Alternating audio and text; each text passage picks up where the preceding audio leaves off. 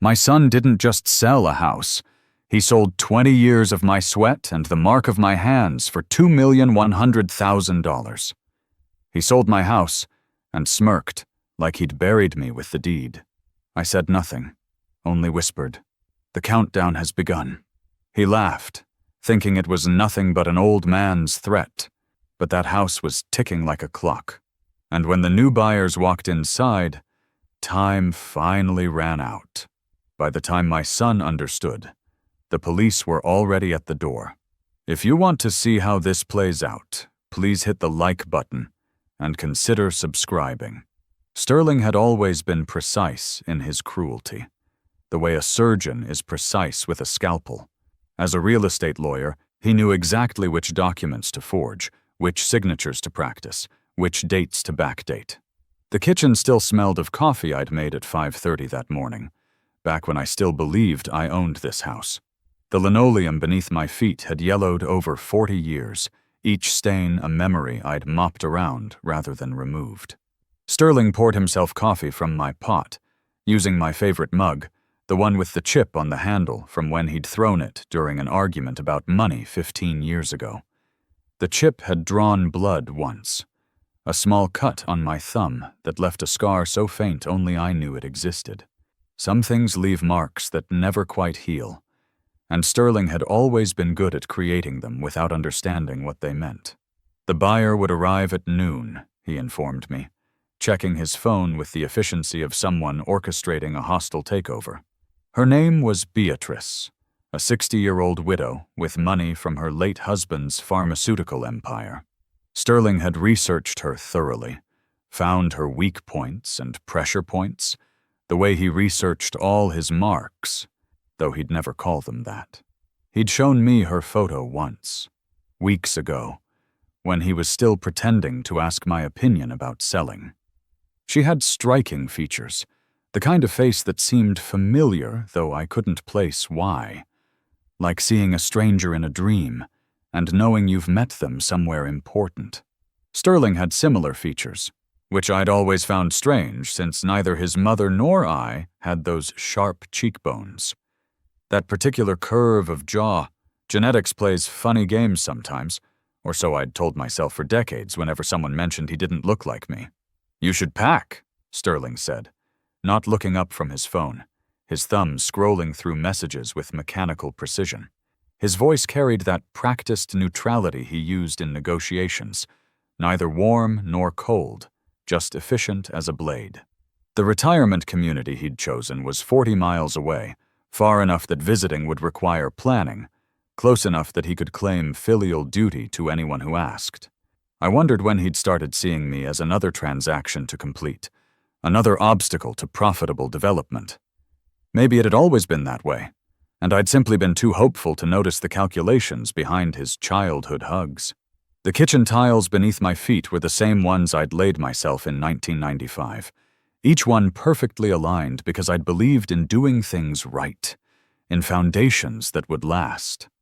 Sterling had watched me work back then, 8 years old and silent, those sharp eyes taking in every detail of how I mixed the mortar, how I checked each tile with a level. When Beatrice arrived, she moved through my house like someone walking through a museum of their own past. Her fingers trailed along the wallpaper in the hallway, paused at the door frame where I'd marked Sterling's height over the years, though those pencil marks had been painted over long ago. The paint was cream now, but underneath were layers of white, beige, yellow, going back to when we'd first moved in. She studied everything with an intensity that made Sterling shift his weight from foot to foot, though he hid his nervousness behind his professional smile. In the living room, she stopped at the family photos on the mantel, examining each frame as if looking for something specific. One particular photo caught her attention, an old picture from the 80s, carefully cut so that half was missing. The scissors had left a jagged edge that I'd tried to smooth with sandpaper, but the damage remained visible if you knew where to look. "Who was in the other half?" Beatrice asked, her voice carrying a slight tremor that seemed out of place for a simple real estate transaction. The question hung in the air like dust motes in the afternoon sun. I watched Sterling's jaw tighten almost imperceptibly, a tell he'd never learned to control despite all his courtroom training. "My late wife," I said before Sterling could speak, the lie emerging smooth as water over stones. Too painful to see her face after she passed. Beatrice accepted this with a nod that suggested she understood loss, though something in her eyes said she wasn't entirely convinced. The truth was simpler and more complex than any lie I could tell. I didn't remember who had been in that photo because some memories are too dangerous to keep, so the mind buries them deeper than any basement foundation. The basement was where Beatrice spent the most time, descending the wooden stairs with careful steps that creaked in a rhythm I knew by heart.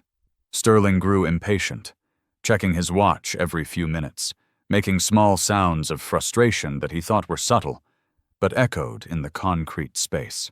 The basement air was thick with decades of settling dust, and something else, something sweet and strange that I'd grown so accustomed to, I barely noticed anymore. "These old houses," Beatrice said, running her hand along the concrete wall I'd poured in 1994. The concrete was rough under her palm, aggregate showing through where I'd mixed it myself rather than hiring professionals. "They hold so much history. You can almost smell it, can't you? My grandmother's root cellar had the same quality, that particular mixture of earth and time and secrets nobody talks about anymore. There was a crack in the basement wall, running from floor to ceiling like frozen lightning. It had appeared 3 years ago during a particularly cold winter when the ground had frozen deeper than usual. I'd told Sterling it was from thermal expansion and contraction, the natural settling of a house finding its final position. Houses do that as they age, shifting and groaning as the earth beneath them changes, as whatever's buried deep works its way toward the surface. Beatrice studied that crack with particular interest, taking photos with her phone from multiple angles, the flash illuminating dust particles that danced like spirits. "Structural damage?" she asked, though something in her tone suggested she was asking about more than foundation problems. Sterling assured her it was cosmetic, already launching into legal disclaimers about property condition disclosure and seller responsibilities that sounded rehearsed because they were. That evening, after Beatrice left with promises to return tomorrow with contractors for a proper inspection, Sterling and I sat in the kitchen one last time.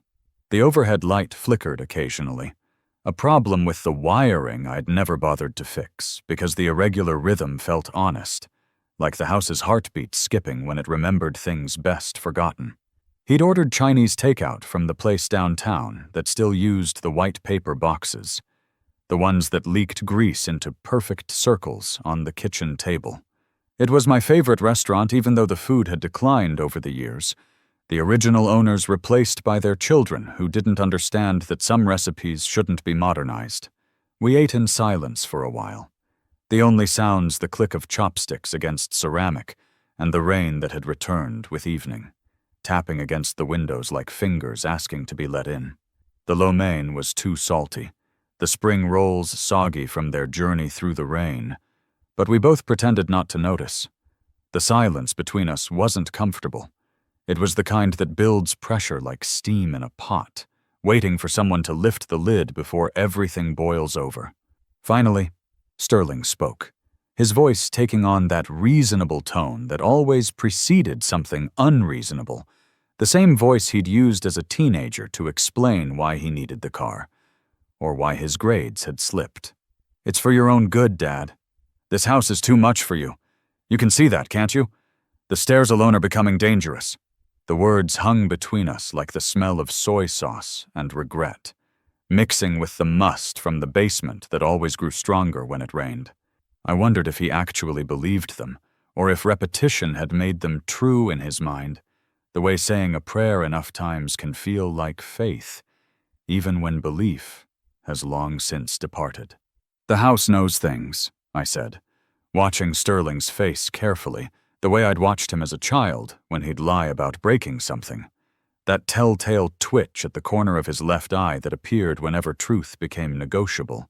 He paused mid-chew, a piece of broccoli suspended between his chopsticks, then forced himself to continue eating with deliberate normalcy. A drop of brown sauce fell on his expensive tie, the burgundy silk he'd worn to impress Beatrice, spreading like a bloodstain across the geometric pattern. He dabbed at it with a paper napkin, making it worse, the stain spreading into something that looked deliberate. "Houses are just wood and concrete, Dad. They don't know anything." But his voice wavered slightly on the word anything, a crack in his certainty, and I saw that 8-year-old boy again, the one who'd whispered about voices in the walls, who'd refused to go to the basement alone until he was 12, who'd sworn he could hear crying from the crawl space on quiet nights. "This one does," I continued, letting my voice drop to barely above a whisper, the volume that makes people lean in despite themselves. "This one remembers everything, every secret we've tried to bury, every lie we've built over, every choice we made when we thought no one was watching."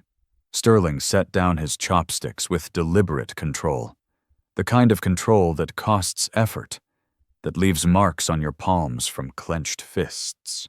The chopsticks clicked against the plate's edge, a sound like bones touching. "You're tired, Dad. This whole process has been stressful. Once you're settled in the new place, you'll see it was the right decision." But I could see the doubt creeping into his eyes, the memory of things he'd trained himself to forget surfacing like bodies in a flood.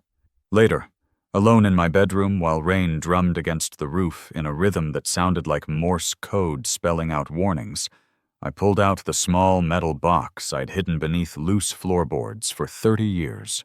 The boards came up easily, worn smooth from my fingers over decades of checking, of making sure.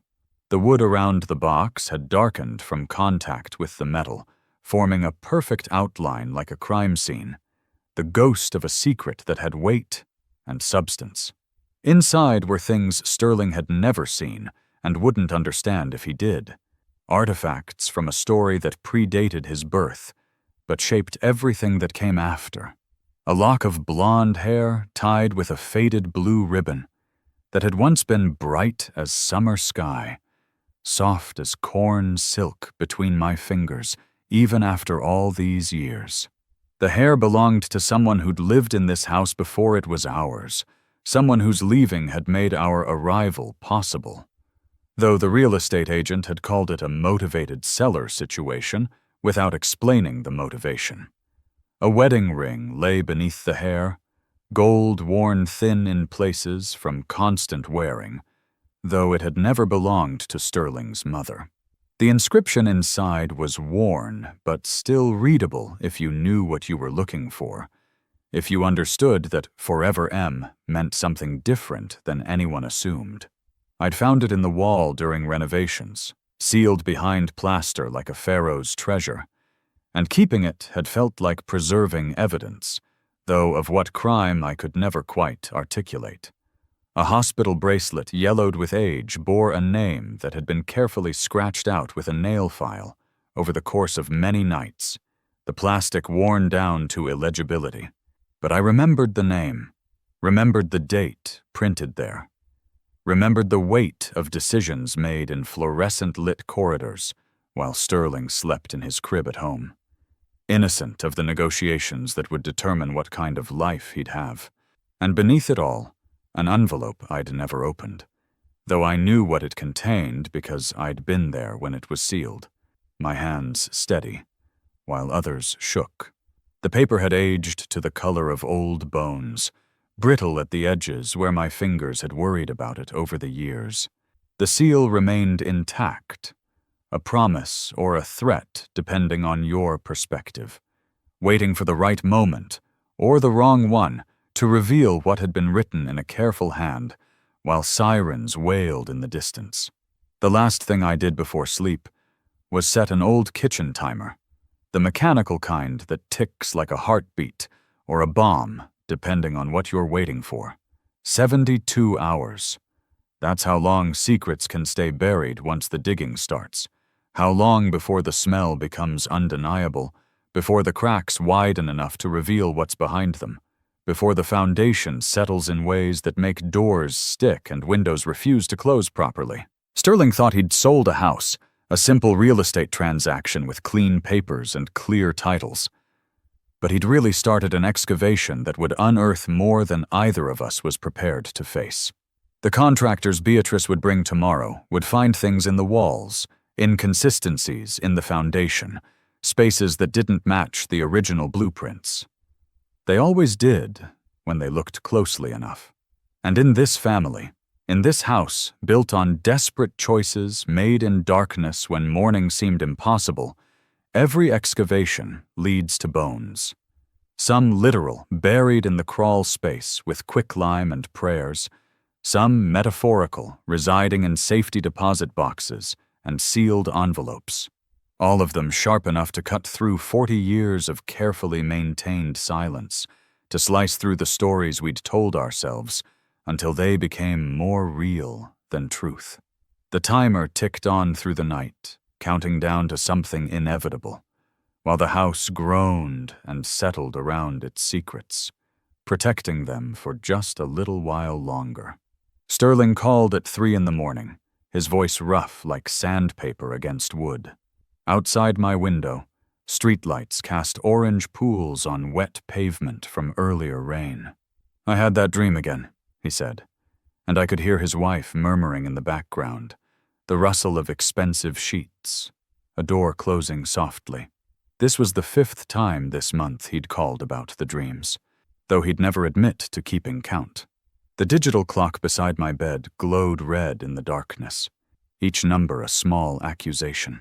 In his dream, there was always a woman with golden hair, singing something soft that might have been French, or might have been nothing at all. The mattress springs creaked as I sat up, my back protesting with sharp reminders of age. "It feels so real, Dad, like something that happened." I listened to his breathing gradually slow through the phone's static, remembering nights when I'd sat beside his bed counting those same breaths until they steadied into sleep. "You watched a lot of foreign films as a child," I told him, the explanation emerging practiced and hollow. "Your mother loved French cinema. You probably absorbed more than you realize." The lie tasted metallic, like blood from a bitten tongue. I could feel him processing this through the phone connection, trying to match it against the fragments floating in his mind like debris after a flood. Sterling made a sound that might have been acceptance, or might have been doubt wearing an acceptance mask. The refrigerator hummed in the kitchen below, its rhythm matching my heartbeat. "Mom didn't speak French," he said finally. The statement hung between us, heavy as wet concrete. "She tried to learn," I replied, which was true of someone, somewhere, just not the woman he called mother. People attempt things all the time that don't quite stick. The next morning arrived, gray and damp, the kind of March day that makes bones ache with remembered winters. I was packing boxes in the attic when I found the medical files I'd been avoiding, their manila folders yellowed like old teeth. The attic smelled of cedar and mouse droppings, 40 years of accumulated living compressed into musty air. Sterling would arrive soon to supervise the packing, as if I were a child who couldn't be trusted with scissors. Inside the files were documents from my military service, the ink faded but still legible. Papers about blood drives on base, routine physicals, the bureaucracy of bodies reduced to types and numbers. Sterling had mentioned once that he'd needed a transfusion after a car accident in college. Type AB positive, the nurse had said. The kind of detail that means nothing until it means everything. The papers in my hand showed type O negative, documented 3 times because the Army loved redundancy. I heard Sterling's car in the driveway, that particular aggressive acceleration that announced ownership rather than arrival. The engine ticked as it cooled, a countdown to confrontation. He brought coffee and pastries from the expensive bakery downtown, the bags crisp with false generosity. The coffee was too strong, the pastries too sweet, everything about the gesture calculated to seem thoughtful while actually being efficient. We worked in relative silence, him directing and me complying, our roles reversed like a photograph printed backward. In the attic, he found a box of Christmas ornaments from the 80s, tissue paper crackling as he unwrapped each piece. One particular decoration made him pause, a handmade angel with yellow yarn hair, its face drawn with markers that had faded to ghosts of color. His fingers traced the crayon smile with unexpected gentleness. "Someone helped me make this," he said, though his voice suggested he was talking to himself more than me. "Someone who smelled like flowers.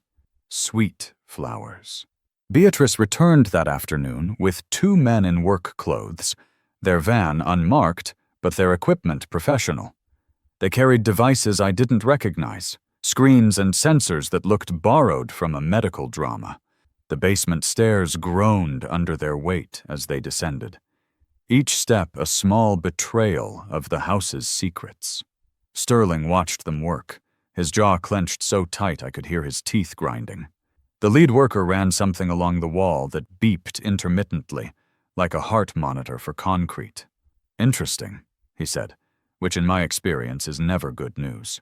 "The density changes here, and here, like someone poured in sections, maybe years apart." He pointed to areas I remembered well, though my face stayed carefully neutral. "Old houses get repaired over time," I offered. "Pipes burst, foundations crack. People patch what they can afford when they can afford it." That evening, Naomi arrived without calling first, though nothing my daughter did was truly spontaneous. She worked as a psychiatrist now, carrying a leather bag that looked like it could hold secrets or weapons or both. The porch light caught her face as she entered, showing lines that hadn't been there last year, the cost of listening to other people's darkness. She claimed she was checking on me, worried about the sudden sale and move, but her eyes tracked Sterling's movements like a cat watching a wounded bird. At dinner, she mentioned the medical conference she'd attended last week, how they'd discussed genetic markers for various conditions. "Fascinating how much we inherit beyond just eye color," she said, cutting her chicken with surgical precision. Sterling's knife scraped against his plate, a sound like fingernails on stone. "Sometimes I wonder about our family medical history, Dad. For the kids, you know. Sterling's kids." The question inside the statement was clear as glass. Sterling's wife called during dinner, her voice carrying through his phone despite his attempt to muffle it. I caught fragments of words. "Dreams again, scaring the children, need help." Sterling's face flushed the color of raw meat as he excused himself, his footsteps heavy on the stairs. Naomi watched him go, then turned to me with eyes that held 40 years of careful observation. "He's unraveling," she said, not asking, but stating. "The sale, the move, it's triggering something." She paused, sipping water that had gone warm. "Or maybe it's finally releasing something that was always there, pressed down like flowers in a book." The comparison was apt. Some things maintain their shape when compressed, waiting for the pressure to lift so they can unfold into their true form. Brittle and stained, but still recognizable. Later, after Sterling left to manage his domestic crisis, and Naomi lingered over tea, she stood at the kitchen window, looking out at the backyard, where they'd played as children. The security light clicked on, illuminating the lawn in harsh white that made everything look like a crime scene photograph. "I've been doing research," she said, her breath fogging the glass. "Adoption records, birth certificates, hospital databases from the 90s. She turned to face me, her expression clinical. "There are no records of Sterling being born to you and Mom.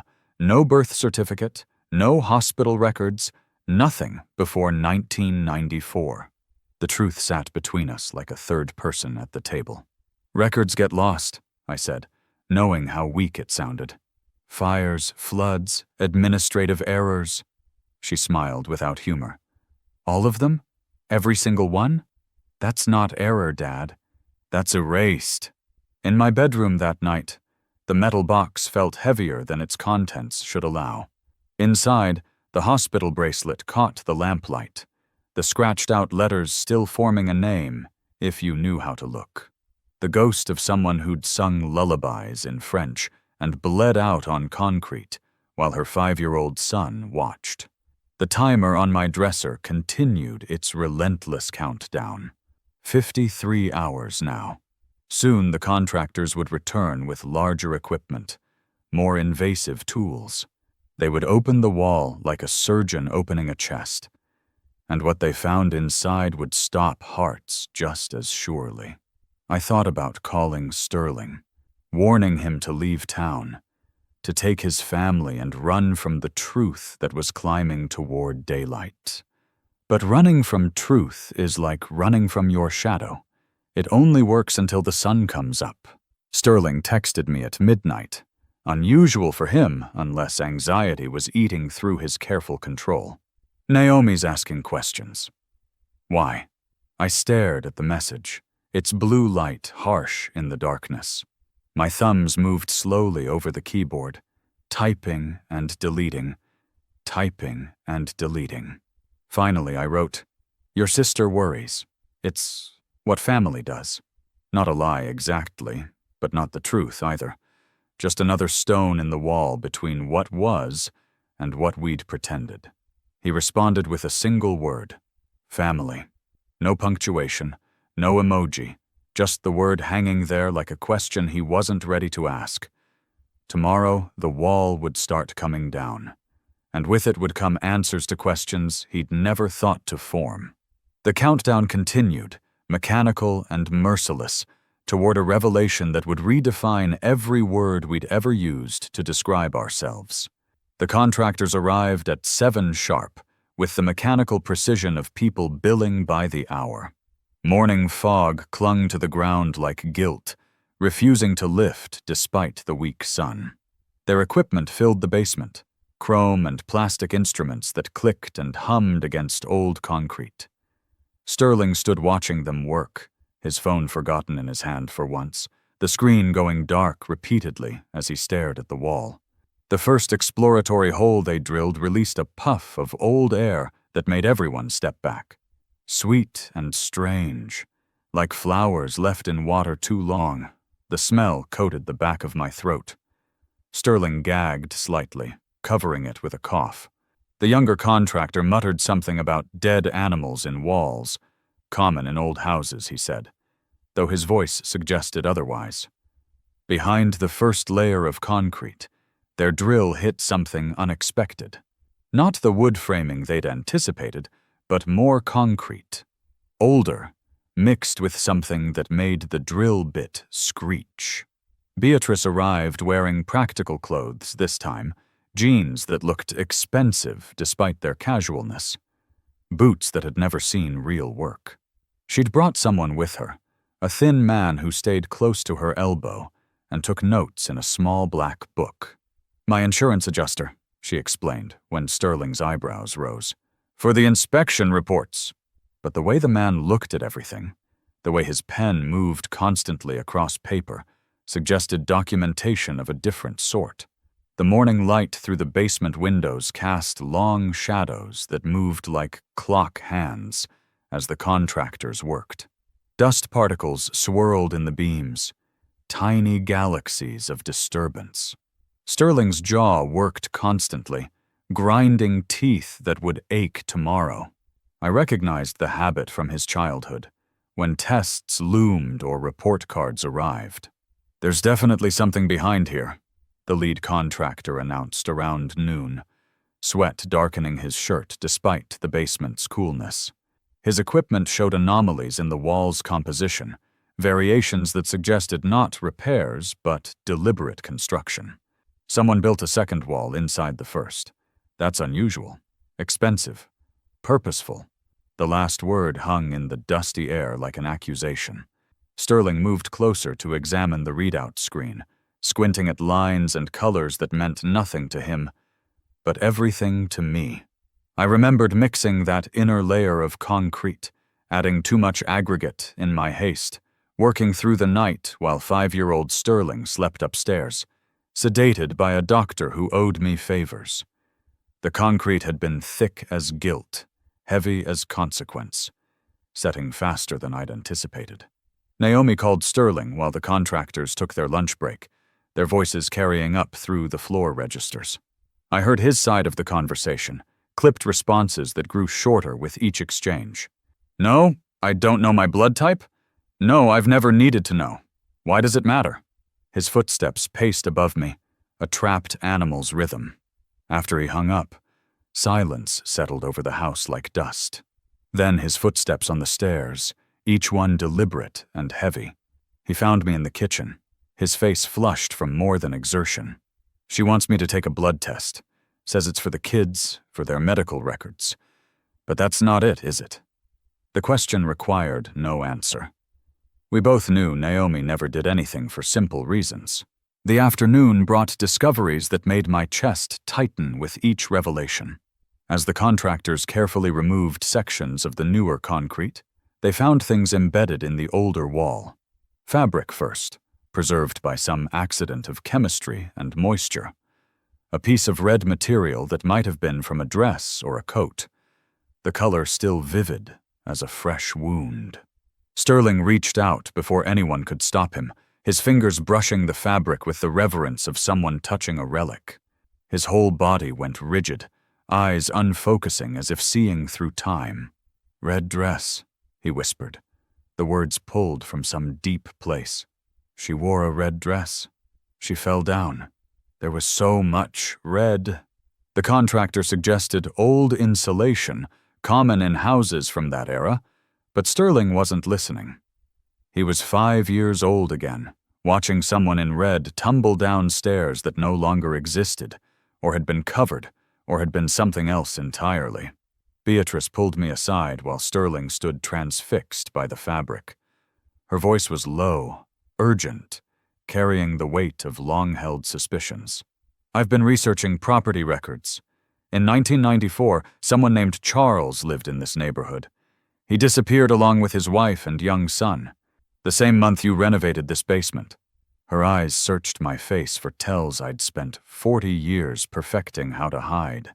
The thin man with the notebook had moved closer, his pen still now, waiting.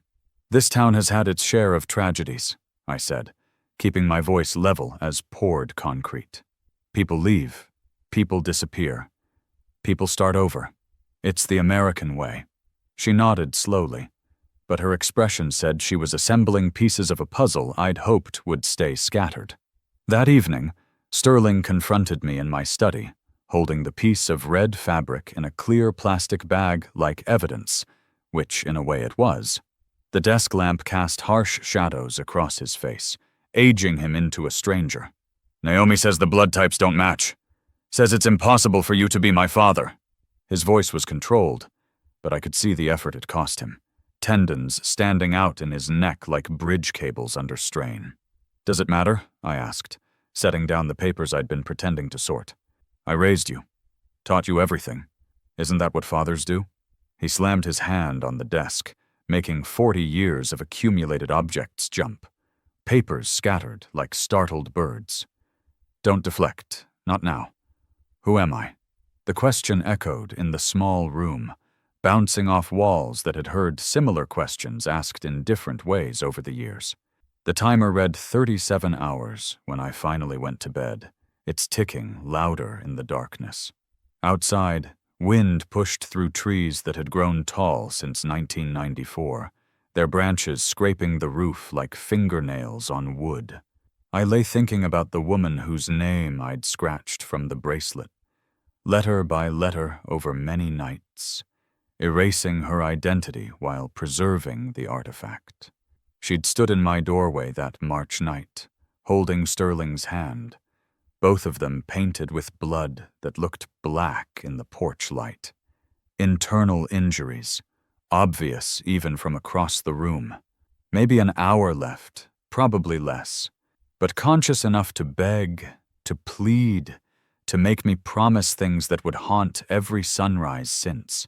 Sterling stayed the night in his old room, the first time in 15 years. I heard him moving around at 3 in the morning, opening drawers and closets with the determination of someone conducting a search. He was looking for evidence of who he really was, but I'd been thorough. Every photograph from before 1994 had been destroyed or doctored. Every document that might raise questions had been buried deeper than any contractor would dig. The sound of his searching was rhythmic, methodical, desperate. A drawer sliding open, the rustle of contents, the soft thud of it closing. Repeat, repeat, repeat. Like a heartbeat, like a timer, like the sound of someone digging through concrete, one chip at a time. In the morning, the contractors would return with heavier equipment. They'd broken through enough to know that something significant lay behind the wall, something that required more than hand tools to expose. Beatrice would be there with her documentation, Sterling with his questions, Naomi with her psychiatric evaluations and blood test results. The timer would continue its countdown toward zero, toward revelation, toward the moment when 40 years of careful construction would collapse. I thought about the woman in the red dress, about her son who'd tried to save her, about the choice I'd made in the space between her last breath and his first forgetting. Tomorrow, that choice would finally face judgment. The house would give up its dead, the walls would tell their story, and Sterling would learn that some sales can never be undone, some papers can't be forged, and some fathers choose to lie because the truth would destroy the very thing they're trying to save. Naomi had been watching us for years, though I only understood the full scope that morning when she arrived with a leather briefcase instead of her usual bag. The way she set it on the kitchen table, deliberate and final, reminded me of a prosecutor presenting evidence. Sterling was already agitated from another sleepless night, his shirt wrinkled, coffee trembling in his hand. The contractors were due in an hour with equipment that could punch through anything, and we all knew today would bring revelations none of us could walk back from. Naomi opened her briefcase with clinical precision, removing folders labeled with dates going back 5 years. "I've been documenting our family dynamics," she said, her voice carrying no emotion. "At first for academic interest, then it became something else." She pulled out a small digital recorder, its red light blinking like an accusation. She played a recording from 3 years ago. Sterling's voice talking about his dreams at a family dinner. Then my voice, deflecting, suggesting imagination, childhood fantasies. But hearing it played back, I could hear what I'd missed in the moment, the calculation in my tone, the careful placement of each word. Sterling's coffee cup hit the saucer hard enough to crack it. "You've been recording us?" The betrayal in his voice was sharp as glass. Naomi nodded, unrepentant. "Every gathering, every conversation where you mentioned the dreams, the memories, the things that didn't quite fit." She pulled out a chart, medical records she'd somehow obtained, blood work from Sterling's college accident lined up against my military records. The impossibility of our biological connection laid out in neat columns and irrefutable science. The contractors called from the basement, their voices carrying urgency that made us all move toward the stairs. They'd broken through to a cavity in the wall, a space that shouldn't have existed according to any building logic. Inside, visible through the hole they'd made, was something wrapped in heavy plastic, industrial grade, yellowed with age. Through the clouded surface, we could see fabric, red fabric, and something that caught the light like metal or glass. Sterling pushed past the contractors, his hands reaching for the bundle before anyone could stop him. "Don't," I said, but my voice came out weak, defeated. He was already pulling at the plastic, his fingers working at the layers with desperate efficiency. Beatrice had been quiet until now, standing in the corner with her insurance adjuster, who wasn't really an insurance adjuster. "I need to tell you something," she said, as Sterling worked at the plastic. "About why I'm really here." She pulled out her phone, showed us a photograph that looked decades old despite being taken recently. It was of another photograph, one showing a man who could have been Sterling's twin, if not for the 70s-style clothing and hair. This was Charles, my sister's husband. He disappeared in 1994 along with my sister and their 5-year-old son. Sterling's hands had stopped moving. The plastic bundle sat half unwrapped in his lap, red fabric visible like a wound. "Your sister," he said, his voice hollow. Beatrice nodded. She was 28, blonde, beautiful, sang in the church choir. Each word was a stone thrown into still water, the ripples spreading outward. The rest of the plastic came away in Sterling's hands, revealing not just a dress, but a complete outfit, shoes, a purse, jewelry, all preserved like evidence, which is exactly what it was. At the bottom of the bundle was a cassette tape wrapped in additional plastic, labeled in my handwriting. March 15th, 1994. The truth. Naomi had brought an old player, somehow knowing we'd need it, the same way she'd known to bring the recorder, the medical records, all of it. She'd been preparing for this moment for years, maybe her whole life. The tape clicked into place with a sound like bones breaking. Then a child's voice filled the basement, high and clear and terrible in its innocence. "My name is Sterling. I'm 5 years old. The nice man says I should tell what happened, so I don't have bad dreams anymore." The voice paused, and we could hear gentle prompting in the background, my voice from 40 years ago. Then Sterling continued. "Daddy was hurting Mommy again. He hit her and hit her and hit her. I pushed him hard as I could. He fell down the stairs. His head made a crack sound. Adult Sterling had sunk to his knees, the red dress clutched in his hands. The child's voice continued, describing blood, describing his mother trying to crawl, describing my arrival, my hammer, the silence that followed. Every word was another nail in the coffin of our carefully constructed life. When the tape ended, the basement was silent except for Sterling's ragged breathing. Beatrice was crying silently, tears cutting channels through her makeup. "My sister," she whispered. "You found my sister." I nodded, too tired to maintain the fiction anymore. She was dying, internal bleeding from the beating, maybe an hour left. She begged me to take Sterling, to give him a new life, to never let him know what his father was. Sterling looked up at me, his face that of a stranger. What was he? What was my father? The question hung in the air like smoke from a fire that had been smoldering for 40 years. I walked to another section of the wall, one the contractors hadn't reached yet, and put my hand on a specific spot. "Break here," I told them. They exchanged glances, but did as instructed. This section came apart easier, as if it had been waiting. Behind it was a door, locked, painted over but still functional. I pulled out a key I'd carried for 40 years. Never used, but never discarded. The lock turned with surprising ease. The door opened onto darkness that the contractor's lights struggled to penetrate. But as our eyes adjusted, we began to see what was inside. Photographs covered the walls. Hundreds of them. Women, all blonde, all young, all with a certain look. Some were candid shots. Others were Polaroids that showed things that made Beatrice turn away. "Your father was a serial killer," I said to Sterling, the words falling like stones into water. "These are his trophies. At least 12 women that I could identify. Probably more." Sterling stood slowly, his legs shaking, and walked into the room. In the corner was a collection of jewelry, driver's licenses, personal items, each one representing a life ended, a family destroyed. "He killed women who looked like your mother," I continued.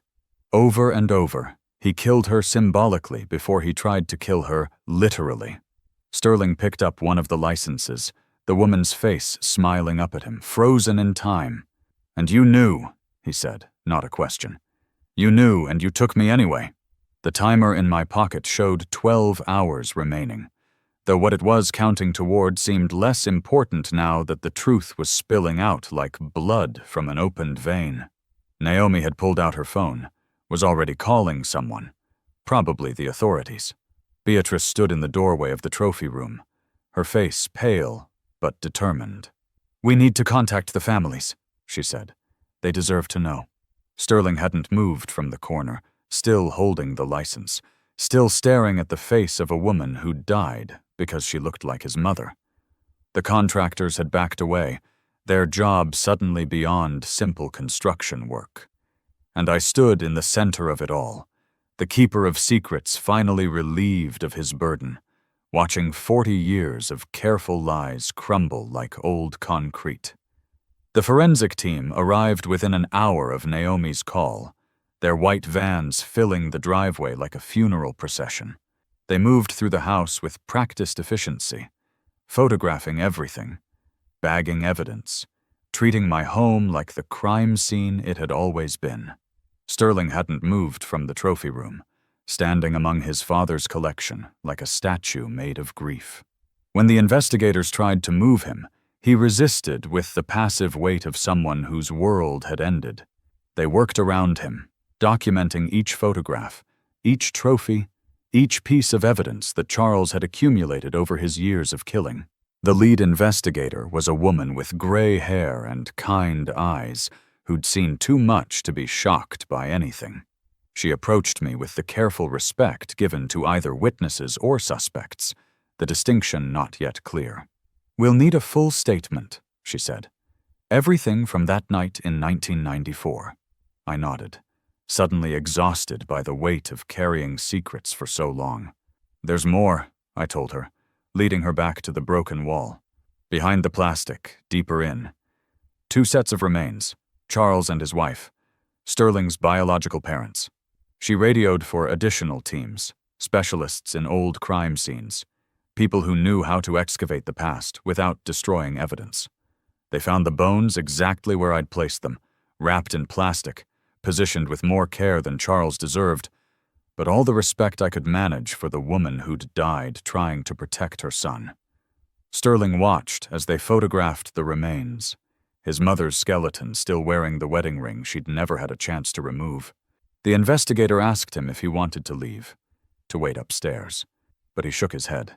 "I need to see," he said, his voice raw. "I need to know everything." So he watched as they carefully removed each bone, cataloging them, treating them with the dignity they'd been denied for 40 years. Beatrice had been on the phone with various authorities, using connections from her late husband's business to ensure the investigation was handled properly. She'd also contacted a grief counselor, a trauma specialist, people who might help Sterling process what couldn't be processed.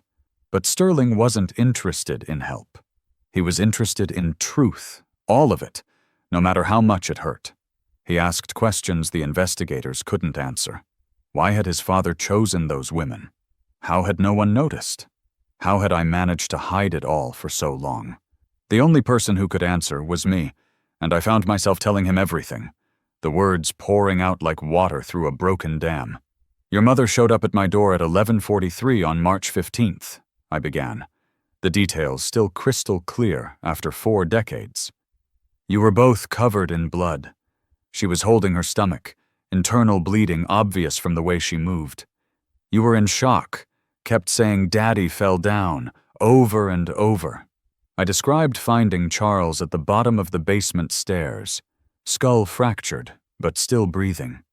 How his eyes had tracked me as I entered, full of rage even as he lay dying.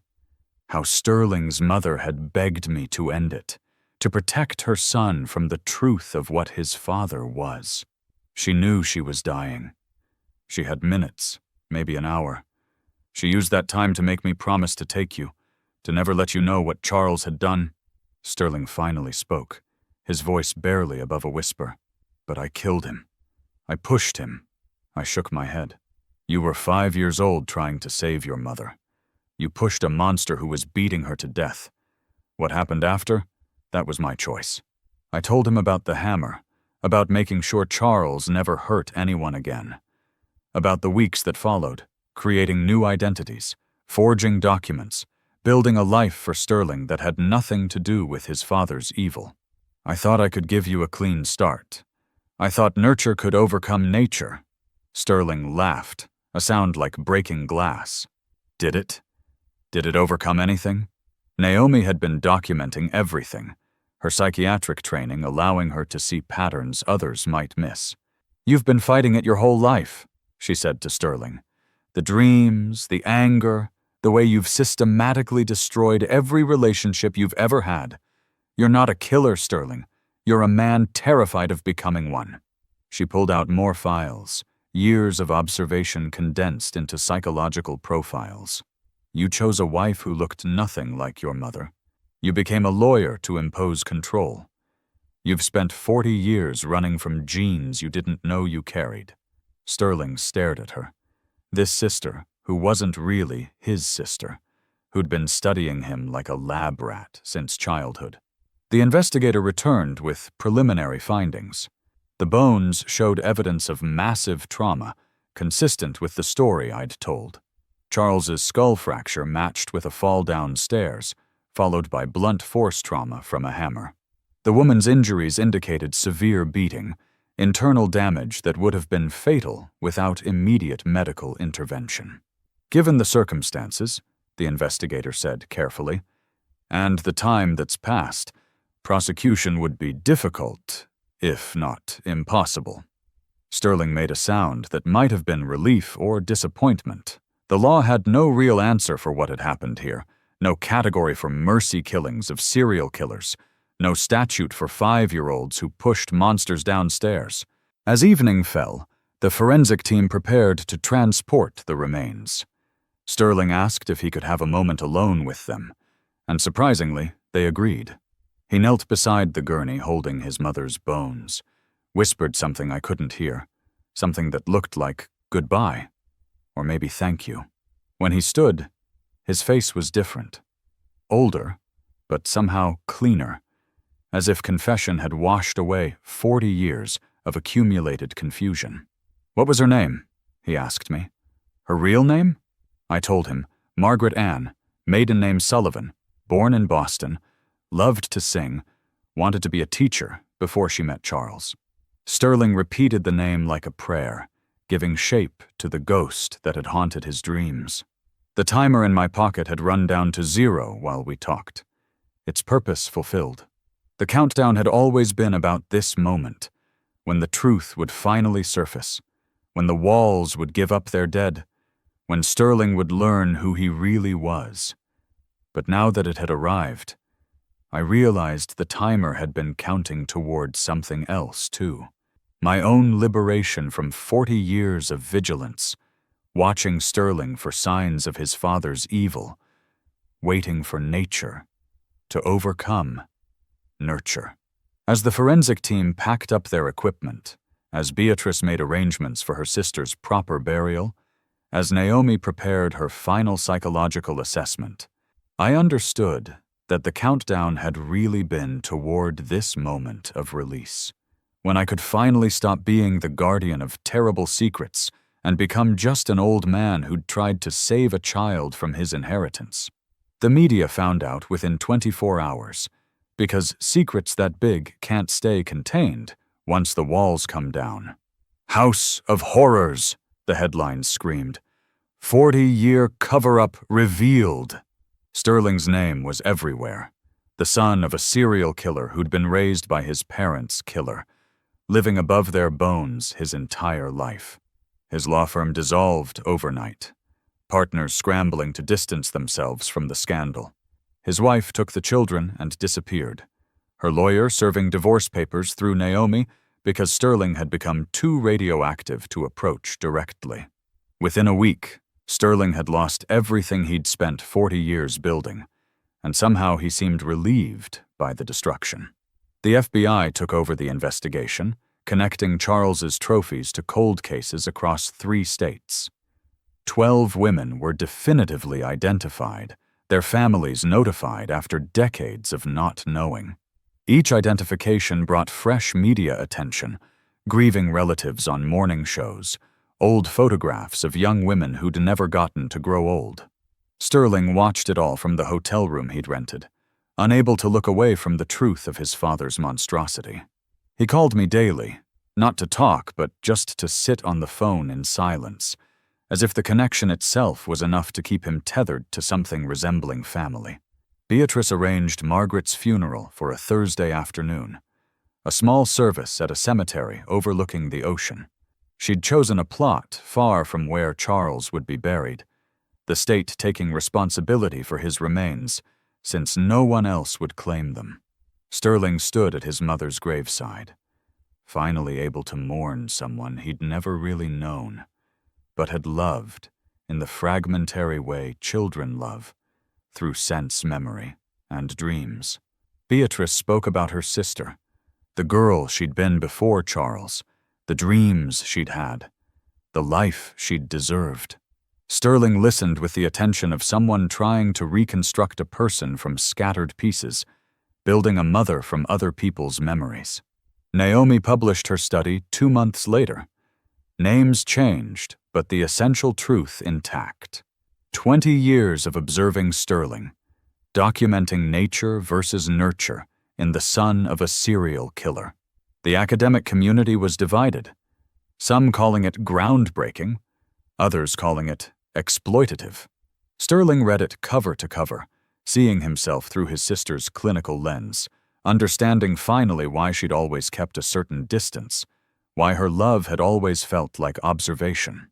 "You knew," he said to her at one of their supervised meetings. "You've known for years what I was." She shook her head. "I knew what you could have been, but you chose differently. Every day, you chose not to become him." The house was demolished 3 months after the revelation, the city condemning it as structurally unsound after all the excavation. I watched from across the street as the wrecking ball reduced 40 years of careful construction to rubble. Each swing erased another room where Sterling had played, another wall I'd built to contain the truth, another layer of lies that had somehow become a life. The basement went last, tons of concrete crushed into anonymous chunks that would be hauled away and recycled into something new, something without the weight of history. The lot stood empty afterward, a gap in the neighborhood like a missing tooth, waiting for someone brave enough to build on cursed ground. Sterling entered voluntary psychiatric treatment, not because the court ordered it, but because he needed to understand himself in light of what he'd learned. The facility was discreet, expensive, the kind of place where broken people went to be rebuilt, or at least patched enough to function. He sent me letters, pages of processing 40 years of lies and truth, and the gray spaces between. He wrote about remembering things differently now, how memories that had seemed innocent were colored by new knowledge. The woman in his dreams wasn't a nanny or a fantasy, but his mother, singing to him in her last moments. The fear of basements wasn't childish anxiety, but body memory of violence witnessed. I moved into a small apartment where no one knew my history, where the walls were thin enough to hear neighbors living normal lives. The sounds that had once annoyed me became comforting. Children playing, couples arguing about mundane things, televisions tuned to game shows instead of news reports about serial killers and their sons. I thought about Sterling constantly, wondering if I'd saved him or doomed him by taking him in, by building a life on top of violence and calling it love. There's no clean answer to that question, no way to separate the saving from the damage when they're mixed like ingredients in concrete. 6 months after everything came out, Sterling was released from treatment. He looked different, thinner, but somehow more solid, like pressure had compressed him into something denser. He came to see me on a Tuesday, bringing coffee from a chain shop. Nothing fancy or expensive, just regular coffee for 2 men who'd run out of pretense. We sat in my small kitchen, the silence between us no longer heavy with secrets but empty of words adequate to the situation. Finally, he spoke. "I dream about her differently now. Not the blood or the falling. I dream about her singing, about her smile, about the way she must have been before him." It wasn't forgiveness he was offering, and it wasn't absolution I was seeking. It was just acknowledgement that we'd both done what we could with impossible circumstances. The investigation officially closed after 8 months, All of Charles's victims identified, their families given what closure was possible after so much time. The media moved on to other tragedies, other secrets revealed, other houses with bodies in the walls.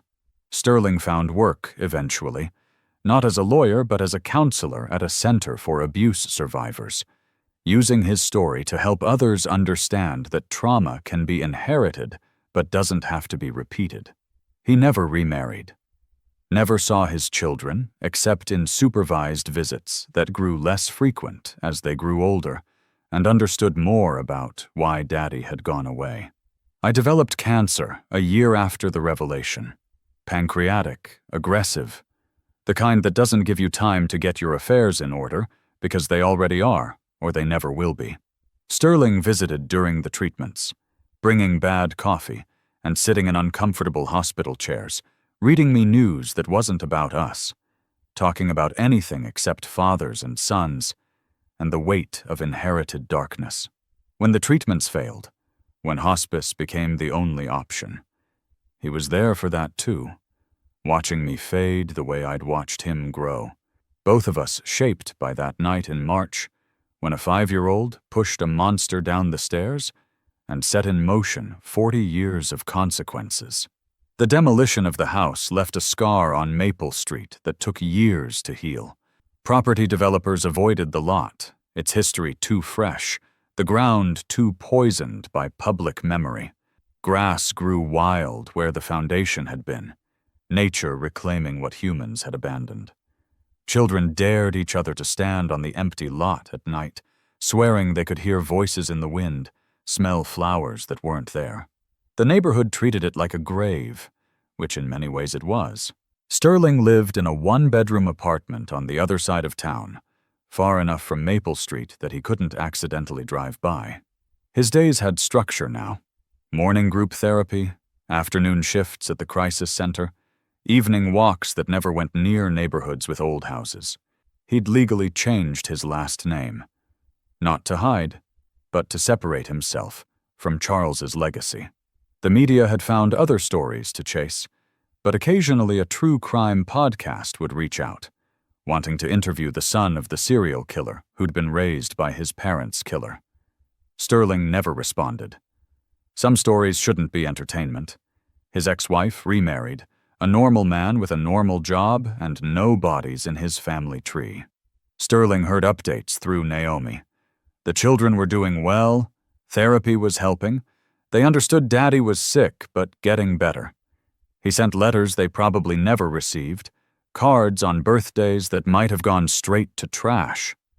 The divorce settlement had been generous, Sterling giving up everything without contest.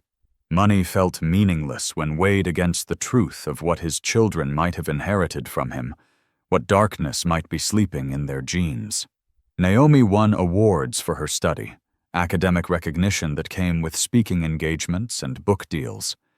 She donated most of the proceeds to victims' families, keeping only enough to fund further research into generational trauma. She visited Sterling monthly, their relationship evolving from observer and subject to something approaching actual siblings. "We're both experiments," she told him once. "You to see if evil could be contained, me to see if it could be studied. Neither of us got to just be children." Sterling had laughed, the sound less broken than before. Beatrice held a memorial service for Charles's victims on the 2nd anniversary of the discovery. 12 families gathered in a church basement, sharing stories of daughters and sisters who'd been frozen in time at the moment of their disappearance. Sterling attended, sitting in the back, his presence both welcomed and feared. One mother approached him afterward, studied his face that looked so much like Charles's, and said, "You're not him. You're the boy who tried to save his mother." The absolution from a stranger who had every right to hate him was more than any therapy could provide. I lived 18 months after the diagnosis, longer than predicted, but not long enough to see Sterling fully heal, if such a thing was possible. He was with me at the end, holding my hand as machines tracked my failing body's surrender. "Was it worth it?" he asked in those final hours. All the lies, all the covering up. I thought about the 5-year-old covered in blood, about the man he'd become despite everything, about the lives he now helped save at the crisis center. You're not in prison, I told him. You're not dead. You're not him. That has to be worth something. The funeral was small, just Sterling, Naomi, Beatrice, and a few neighbors from the apartment building who'd known me as the quiet old man in Unit 312. Sterling gave the eulogy, talking about fathers who choose their children, about love that transcends blood, about the complicated mathematics of salvation and damnation. He scattered my ashes in the ocean, far from any basement, any walls, any ground that might hold secrets. The wind took them instantly, dispersing 40 years of choices across endless water. A year later, the empty lot on Maple Street was finally sold. The new owners knew the history, but didn't care. A young couple from California who believed in fresh starts. They built a modern house, all glass and light, no basement, no room for shadows to gather. Sterling drove by once after it was complete, stopping just long enough to see children's toys in the yard, evidence of life continuing despite everything. He never went back. Sterling's children reached out when they turned 18, curious about the father they barely remembered. He met them in a public park, neutral ground, supervised by their mother's lawyer. They had questions he answered honestly. About mental illness. About heredity. About the grandfather they'd never known who wasn't really their grandfather. His son looked nothing like Charles, taking after his mother's side. His daughter had Sterling's eyes, but not their hardness. They were strangers bonded by DNA and nothing else, but Sterling was grateful for even that thin connection. The crisis center where Sterling worked expanded, his story bringing funding and attention to the cause of breaking cycles of violence. He became something of an expert on inherited trauma, speaking at conferences with the authority of lived experience. Evil isn't in the blood, he would say, but the fear of evil can be just as destructive. I spent 40 years running from a monster I'd already defeated when I was 5. The audiences would nod, understanding in theory what Sterling knew in his bones. 10 years after the revelation, a documentary filmmaker reached out, wanting to tell the complete story. Sterling declined, but gave them Naomi's contact. The resulting film won awards, critical acclaim for its unflinching look at nature versus nurture. Sterling never watched it. He was too busy living the epilogue, working his shifts, attending his meetings, building a life on ground that wasn't poisoned by secrets. The boy who'd pushed a monster down the stairs had become a man who helped others face their own monsters. And if that wasn't redemption, it was close enough. Some houses are built with wood and nails. Mine was built with bones and secrets, and now it's gone, reduced to memory and rubble. Sterling chose truth over comfortable lies, and it destroyed him before rebuilding him into something stronger. The countdown that began with a house sale ended with a different kind of transaction, trading 40 years of lies for the possibility of 40 more years of truth. If you discovered your entire life was built on murdered bones, would you run or would you stay? Please share your thoughts to the comment below.